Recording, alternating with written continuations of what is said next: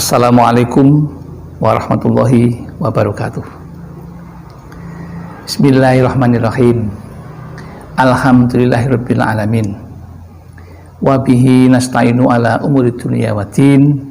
La haula wala quwwata illa billahil aliyil azim. Allahumma sholli ala sayyidina Muhammad wa ala ali sayyidina Muhammad. Amma ba'd. Jamaah Al-Fatih Channel yang dirahmati oleh Allah. Pertama, mari kita bersama untuk selalu bersyukur kepada Allah atas limpahan rahmat dan nikmatnya yang tidak pernah berhenti. Mari kita syukuri dengan membaca hamdalah bersama. Alhamdulillahirabbil alamin. Sholawat dan salam semoga tercurah keharibaan Nabi Muhammad Sallallahu Alaihi Wasallam, Nabi yang kita nantikan syafaat ma'udzubannya ketika kita di dunia, lebih-lebih nanti di akhirat.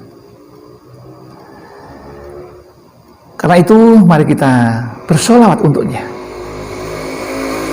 Bismillahirrahmanirrahim.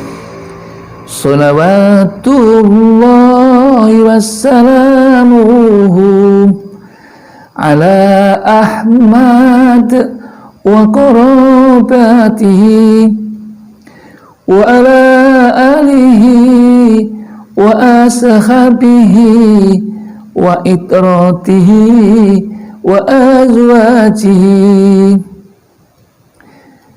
Selanjutnya ingin kami berbagi kepada saudara-saudaraku tentang ilmu yang mudah-mudahan bermanfaat bagi kita dan jamaah Al-Fatih semuanya. Apa itu? Dengan judul Anda perlu tahu, sholat bisa tidak diterima dan mendapat siksa kubur gara-gara satu hal ini. Apa kira-kira yang bisa menyebabkan sholat tidak diterima dan sudah mengerjakan sholat tetap disiksa di dalam kubur? Siapa yang tahu? Ayo jawab. Sebelumnya mari kita pikirkan dulu bahwa manusia sekuat apapun, sekuasa apapun, sekaya apapun, setinggi derajat apapun, suatu saat pasti akan mengalami yang namanya kematian. Karena kematian itu sesuatu yang pasti akan datang. Dan waktunya tidak bisa dimajukan dan tidak bisa dimundurkan. Sesuai dengan yang sudah ditentukan oleh Allah. Sama dengan rezeki, sama. Sama dengan jodoh, sama. Itu tiga hal yang tidak pernah bisa terpecahkan oleh ilmuwan manapun. Maka kalau datang kematian, kita perlu memikirkan alternatif apa yang akan kita terima besok. Ternyata hanya ada dua, yaitu kalau tidak bahagia pasti celaka. Itu pasti. Kecuali ini orang gila. Orang gila itu enggak celaka juga tidak bahagia, karena berada di antara neraka dan surga. Tapi apakah mau saudara menjadi orang gila yang sudah dipastikan tidak masuk surga dan tidak masuk neraka? Saya kira enggak mau. Pasti pilih yang terbaik, yaitu bahagia di surga. Untuk mendapatkan itu ada satu pesan dan penegasan dari Al-Faqih Abu Lais As-Samarqandi, yang barang siapa ingin selamat dari siksa kubur, maka lakukanlah 4 perkara. Di dunia ini disuruh melakukan 4 perkara dan menjauhi 4 perkara. Apa itu kira-kira?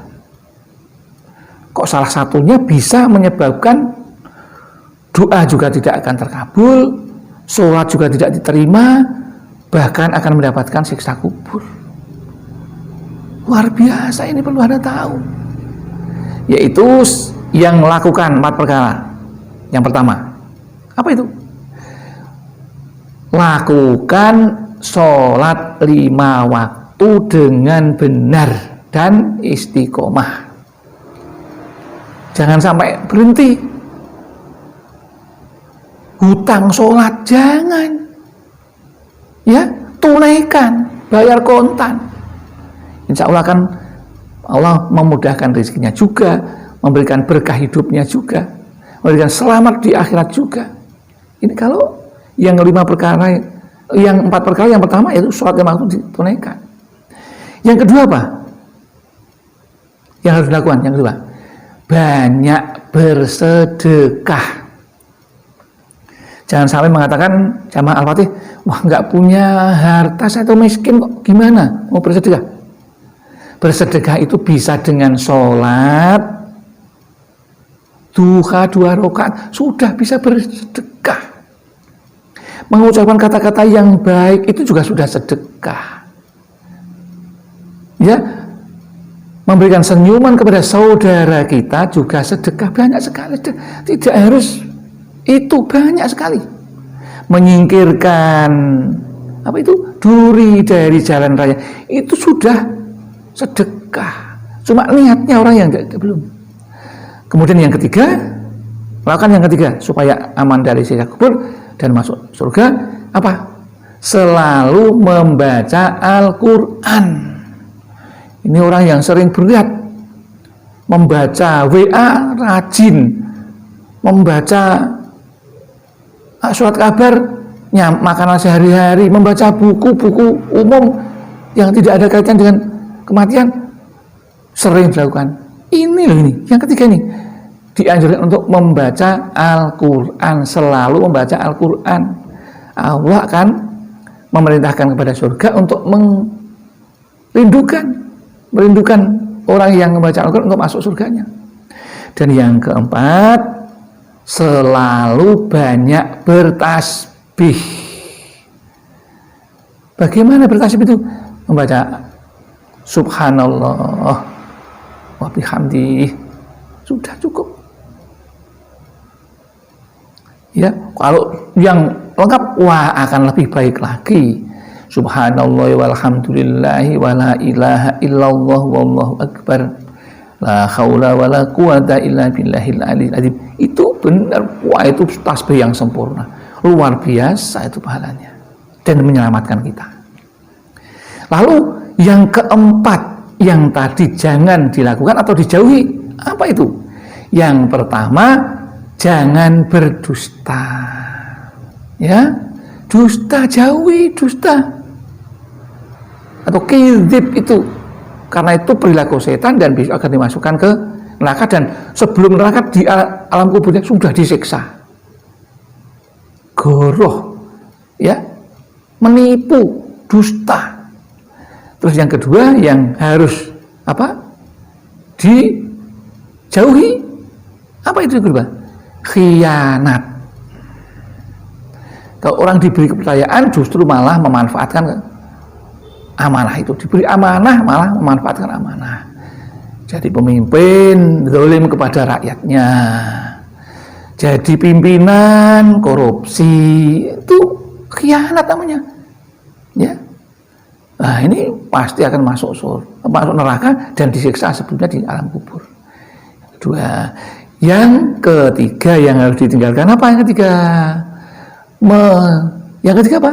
Adu domba. Adu domba. Wah sekarang itu, wah marak, ya, lewat internet, lewat Google itu semuanya, wah. Itu konten-kontennya itu adu domba banyak sekali. Itu nanti akan disiksa di kuburnya. Jangan lakukan, jangan ikuti. Ya, adu domba dengan tetangga, dengan saudara, jangan lakukan.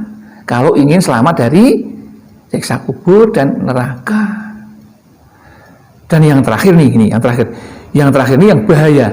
Sepele tapi bahaya karena bisa menyebabkan sholatnya tidak diterima. tidak sah sholatnya. Karena apa? Karena yang namanya sholat itu harus suci badannya dan suci pakaiannya dan suci tempatnya. Badan kita harus suci. Nah kalau ini apa yang kok bisa mengatakan seperti itu? Yaitu menyisakan air kencing. Kencing itu najis, ya, najis yang bisa menyebabkan sholatnya tidak sah, doanya tidak dikabulkan. Apa tidak cilaka itu? Ya kalau berhaji, wah hajinya tidak sah. Ini penting. Ya, maka ketika kita buang air kecil, hati-hati, jangan sampai nyiprat itu ya ke tubuh kita dan ke pakaian kita, supaya najisnya bisa dihindari. Kalau kena najis, kita nggak sah sholatnya. Ini. Kemudian, ini biasanya orang-orang yang sudah sepuh biasanya pipisnya nggak bisa tuntas. Hati-hati nih, nggak sah sholatnya nanti. Maka harus dibersihkan betul. Hati-hati dengan air kencing, karena ada hadis yang mengatakan dari situ, ya, ini Rasulullah bersabda,